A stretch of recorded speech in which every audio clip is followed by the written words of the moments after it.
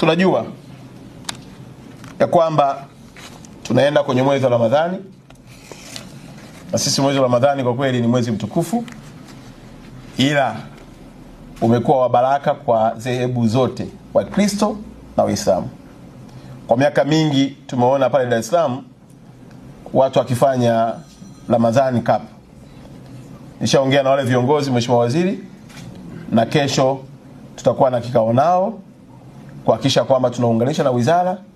Ramadhani Cup tunaipeleka kwenye mikoa 5, yawe ni mashindano yanayohamasisha na kuwafanya watu tukabaki pamoja. Unajua mwezi wa Ramadhani huwa ni mwezi ambao ni kama kwa lazima vile. Wakristo na Waislamu wote tunakaa pamoja. Na wengine tumelelewa kwenye familia za Kiislamu.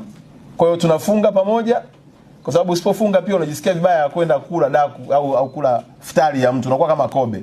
Sasa sisi tungependa tutumie pia fursa hiyo michezo